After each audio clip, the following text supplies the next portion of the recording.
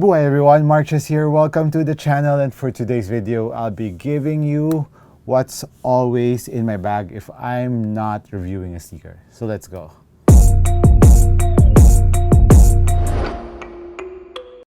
So guys, I have 5 pairs here that I'm currently always using as a backup if I'm reviewing a sneaker, or if I'm not reviewing a sneaker, I usually have fun playing with these, and this is always in my rotation as of now. So there's a different criteria for this. Actually, I won't rank them 1 to 5 because it depends on the situation that I'm playing. If I'm playing for a league game or if I'm just playing for a pickup game, these are the choices that I'm using. So I'll let you know why. So let's start off first. If I'm playing a league game, I would usually choose these 2 sneakers. It is because of the tech that is found in these 2 sneakers, and these are actually sister companies. So this is the Wow 10. This is my top 1 basketball sneaker of last year, and the reason why I love this because of the full and carbon fiber, and that is one of the reasons why I like using this for league games, is because league games are usually just a short game, just about an hour. You really need to be very responsive in your movements, so no energy wasted when you're playing league games. And if you want, of course, to defend your opponent, you want it to be responsive. And this one, the traction is on point, grips really hard. Even on a moist floor, on a dusty floor, it still grips really nicely.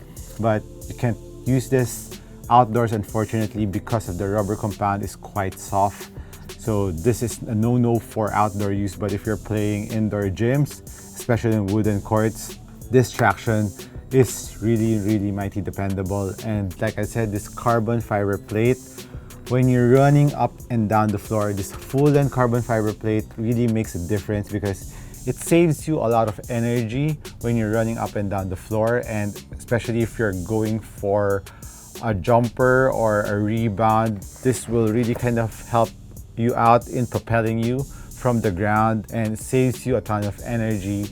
And that's one thing that I really like about the tech of this one. Plus, of course, the full length boom cushion, which is, I think, a different or a unique kind of density from the other Way of Wade basketball models like the All City.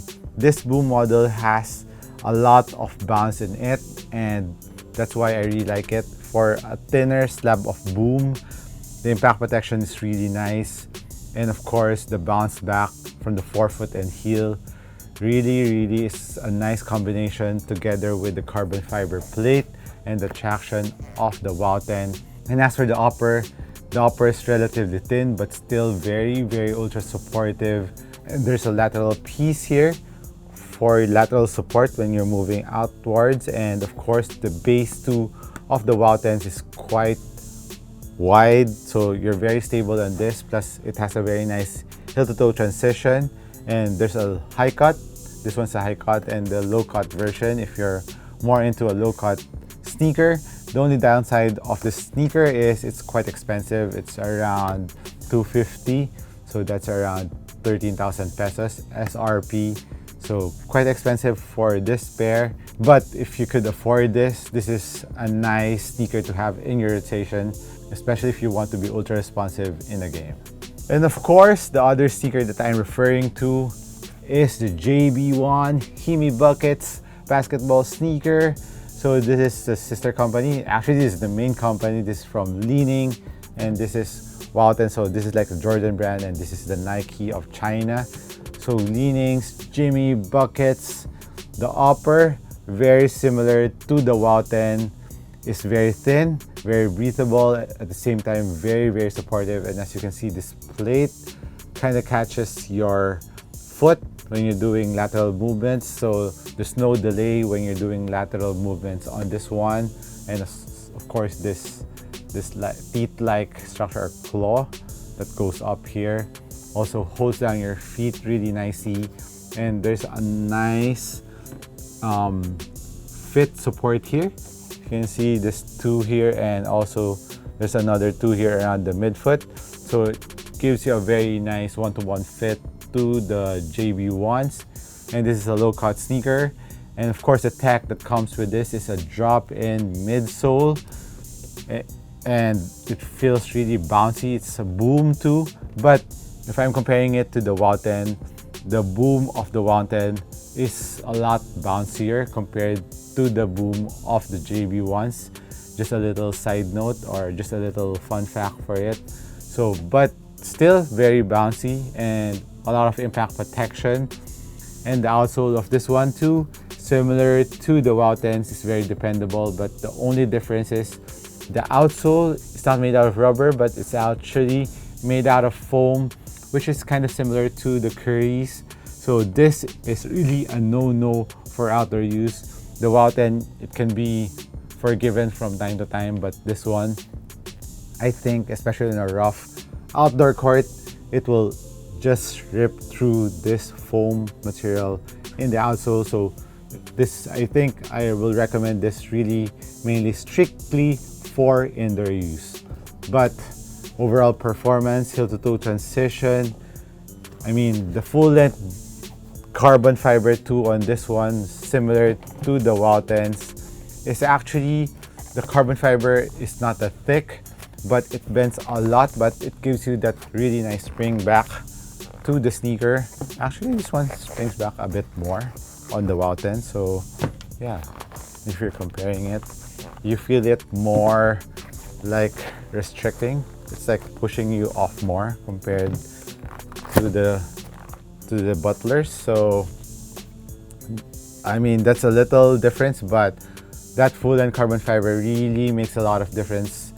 It really complements the foam of the drop-in midsole of the JB1s too. So you save a lot of energy when you're using this one and the WOW 10s. So if you're playing in a league game, you would like to play with this more because you play for a shorter period of time. So even though the slab of foam is quite thin, but you're just playing around 1 hour, so it won't be too heavy on your knees, especially for guys who are older. And this one is highly recommended, like I said, especially if you're playing serious and quick basketball games. Now, next on my list is a surprise because I wasn't expecting too much on this. If you watch my performance review of this sneaker, this is the Ja one, and I know there's a lot of controversy surrounding this player, Ja Morant, but his sneaker performs really well, and I was quite surprised by it, given that the upper material is just standard materials that they use, but the support on the upper is really nice, and the shape of it is kind of really fitting on my foot. I'm a regular footer.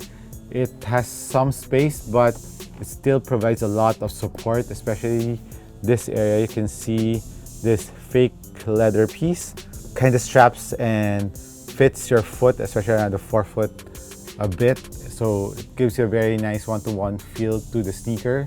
It feels like a Kobe sneaker too. And on the heel part of the sneaker, you can see that nice padding around the ankle for a low-cut sneaker, and it really cups your foot really nicely. That's one of the things that I initially felt and noticed on the Ja, is they really hug your ankles really well, and it feels very responsive. The sneaker feels ultra responsive and ultra comfortable too around, especially this tongue part. And given that it's a low profile sneaker, it still has a very nice impact protection around the heel. This phylon material has a nice density to it that it compresses a bit more compared to other phylons. And the zoom unit, the forefoot is top loaded. You can feel it right off the box, and it feels good for a very low profile sneaker. So this is like, I would say, this is also for some league games if you want that, but it's not as like energy saving as the ones on the WOW 10s because it doesn't have that full length carbon fiber. But the sneaker is ultra responsive too, like the WOW 10s and the buckets. And yeah, look at the forefoot width. Very similar. It's very wide around the forefoot. You feel very stable on the jaw, and they feel amazing for a budget sneaker, signature budget sneakers. That's around 6,200 pesos. And the fit, it fits you really nicely. And one thing that's not talked about that much is the lacing system, like a fast lacing system of the jaw, which is on the first three laces of, or the lace loops of the jaw. So it kind of gives you a very nice fit to the jaws, because when you pull the laces in, the materials really hugs your foot quite nicely. So the jaw ones is also highly recommended, and I enjoyed playing with them. And I didn't talk about one of the highlights of the sneaker yet, which is of course the traction. The traction is very durable rubber, and it grips really nicely on indoor and outdoor courts. I played with this outdoors too, and still very intact. So this is a sneaker that you could play with indoors and outdoors. So the next two shoes, I would say, is a hybrid. So I use them when I'm playing longer period of hours, or I can even use them for league games if my knees are kind of hurting. So this too has a ton of cushion too, plus it's still very responsive. So I would say these are two of the more all-around well-rounded sneaker. So this is the Series Player 1 2023 in the Aurora colorway. First, amazing colors, details on this one. It is a very light sneaker. It's also a drop-in midsole, insole like the JBs, but one main difference between the drop-in midsole, insole of this two, I like the drop-in of the Player 1 more because it is a triple density foam. It has impact protection like a Phylon.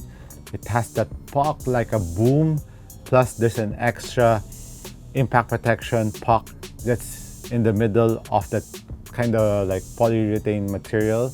So it's a very nice mixture of bounciness, impact protection when you're landing, and still you are very low to the ground. So it's a pretty nice feeling to experience. So your knees won't get that tired easily, and there's a lot of impact protection. There's a nice bounce back for a very responsive cushioning setup. And the upright, like I said, is ultra light, ultra breathable. It's a low cut sneaker, and they reinforced this one with extra padding around the heel and ankle, similar to the Jaws. But I mean, this is way lighter than the Jaws. So also the traction of this one is very, very grippy, very dependable, and indoor, outdoor. I actually wear this on a 3-on-3 competition where the floor was really dusty and a lot of people were slipping, and this was holding up quite nicely. And the rubber compound, they improved this in the 2023 version. It's a lot more durable. Plus, of course, as you can see, it's carbon fiber plate, although it's not full length, but still gives you a very nice kind of spring back to the sneaker and a midfoot support or stability on the Series Player 1 2023. Series Player only, Player 1 2023. So kind of long name for a sneaker, but this is also always on my bag in my rotation. Next sneaker is of course the LeBron James, or the LeBron 20. And this one, I usually use this, especially if I play longer period of hours, because it has a ton of cushion, maximum impact protection, the heel and forefoot, plus very bouncy forefoot and heel cushion, large zoom air unit in the forefoot and heel, plus a very supportive upper, especially this pink one, which is made out of a very nice leather to the sneaker. And the traction is also very, very nice on indoor and outdoor courts. One of the most dependable LeBrons ever. And it's ultra comfortable around the foot when you're playing with it. And like I said, if you want to rest your knee, And if you have pain in your knee and you need to play in a league game, this too will give you that same feeling, but not as responsive as the lower profile sneakers because they're lower to the ground. But this one has a bit more impact protection, thus giving you a slight delay, but nothing too drastic. It's just that when I'm wearing them side by side, I could feel it. But if you have just one pair of this one, you wouldn't even recognize it. But just giving you the specific details on the sneakers that you will be feeling. And there's a nice lateral outrigger too on the LeBron, so let's compare it to the Jaws. So they're quite similar in the width and the forefoot too, so quite surprised with that. I thought this was a lot wider, but it's very similar.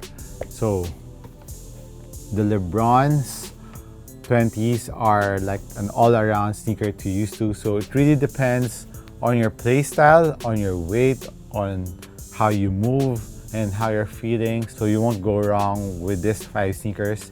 They are always in my rotation still now. So let me know what your thoughts are on my fave basketball sneakers currently right now. Hit me a comment down below. This is MARKCHES once again. Thank you for dropping by the channel. I'll catch you in the next one. Cheers.